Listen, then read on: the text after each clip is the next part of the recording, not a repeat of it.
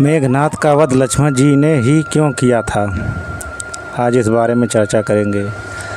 एक बार की बात है कि अगस्त्य मुनि अयोध्या आए और लंका युद्ध पर चर्चा करने लगे। भगवान श्री राम ने बताया कि कैसे लक्ष्मण ने इंद्रजीत और अतिकाय जैसे शक्तिशाली असुरों का वध किया और मैंने किस तरह रावण और कुंभकर्ण को मारा। यह सुनकर अगस्त्य मुनि ने कहा, भगवान, यह सही है कि रावण और कुंभकर्ण प्रचंड वीर थे, लेकिन सबसे बड़ा वीर तो मेघनाथ ही था जिसका वध लक्ष्मण ने किया। मेघनाथ ने पूर्व समय में अंतरिक्ष में स्थित होकर इंद्र से युद्ध किया था और उसे बांधकर वहां लंका ले आया था। जब ब्रह्मा जी ने मेघनाथ से दान के रूप में इंद्र को मांगकर उसे मुक्त कराया था, ऐसे महारथी का लक्ष्मण ने वध किया तो यह तो बड़ी बात है। यह सुनकर राम ने आश्चर्य से पूछा, कैसे इंद्रजीत का वध कुंभकर्ण और रावण से ज़्यादा मुश्किल था।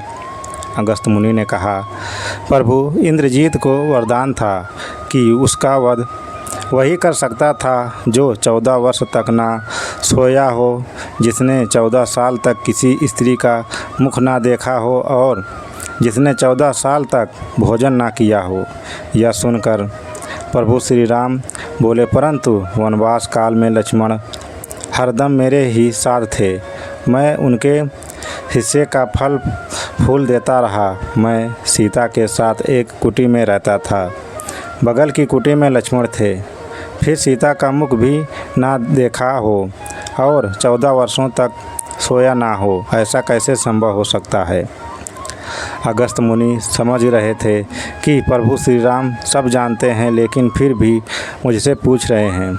दरअसल सभी लोग सिर्फ श्री राम का गुणगान करते थे, लेकिन प्रभु चाहते थे कि लक्ष्मण के तप और उनकी वीरता के भी गुणगान होना चाहिए। तब अगस्त्य मुनि ने कहा कि क्यों ना इसका राज लक्ष्मण जी से पूछा जाए। लक्ष्मण जी को बुलाया गया और जब वे प्रभु श्री राम के समक्ष आए तो प्रभु ने लक्ष्मण जी से कहा कि आपसे जो पूछा जाए उसे सच सच कहिएगा। प्रभु ने पूछा, हम तीनों 14 वर्षों तक साथ रहे, फिर तुमने सीता का मुख कैसे नहीं देखा? फल दिए गए फिर भी अनाहारी कैसे रहे और 14 साल तक सोए नहीं, ये कैसे संभव हुआ? तब लक्ष्मण जी ने बताया, भैया, जब हम भाभी को तलाशते ऋषिमुख पर्वत गए तो सुग्रीव ने हमें उनके आभूषण दिखाकर पहचानने को कहा। आपको स्मरण होगा, मैं तो सिवाय उनके पैरों के नुपुर के कोई आभूषण नहीं पहचान पाया था, क्योंकि मैंने कभी भी उनके चरणों के ऊपर देखा ही नहीं। अब 14 वर्ष नहीं सोने के बारे में सुनिए। आप और माता एक कुटिया में सोते थे। मैं रात भर धनुष पर बाण चढ़ाए पहरेदारी में खड़ा रहता था।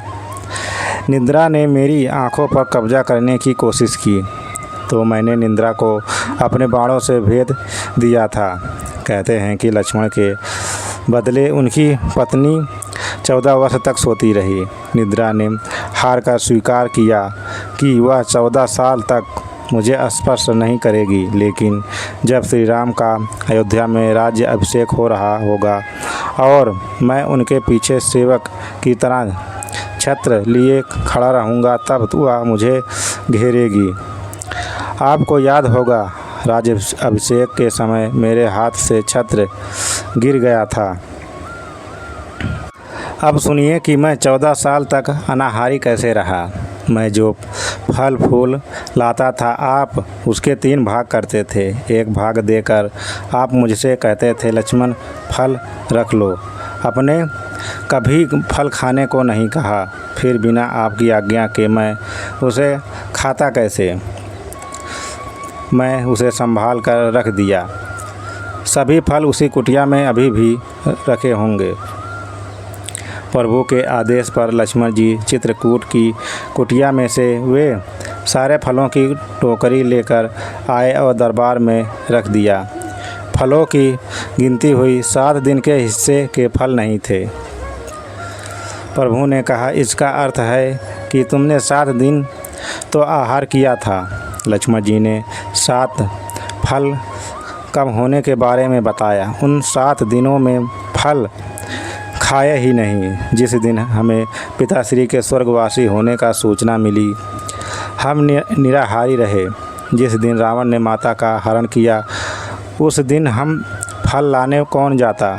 जिस दिन समुद्र की साधना कर आप उससे राह मांग रहे थे। जिस दिन आप इंद्रजीत के नागपाश में बंद कर दिन भर अचेत रहे। जिस दिन इंद्रजीत ने मायावी सीता को काटा था और हम शोक में रहे। जिस दिन रावण ने मुझे शक्ति मारी और अंत में जिस दिन आपने रावण वध किया, उक्त सभी दिन फल आए ही नहीं। फिर लक्ष्मण ने कहा कि विश्वामित्र मुनि से मैंने एक अतिरिक्त विद्या का ज्ञान लिया था, बिना आहार किए जीने की विद्या। उसके उपयोग से मैं 14 साल तक अपनी भूख को नियंत्रित कर सका, जिससे इंद्रजीत मारा गया। जय श्री राम।